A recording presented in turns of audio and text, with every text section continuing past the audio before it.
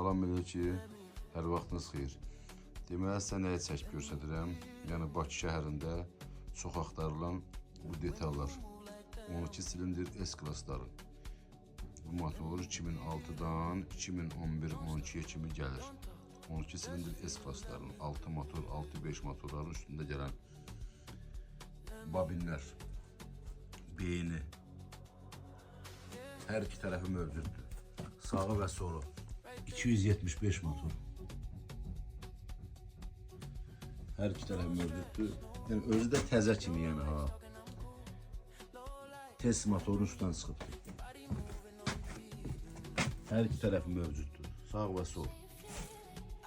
Buyurun, kimə lazım olsa səhifədə nömrəmiz var, əlaqə saxlaya bilərsiniz. Yenə deyirəm, 12 silindir S-klassların üstündə gələn motorların babinləri, sağ və sol. Bir də babinlərin beyni.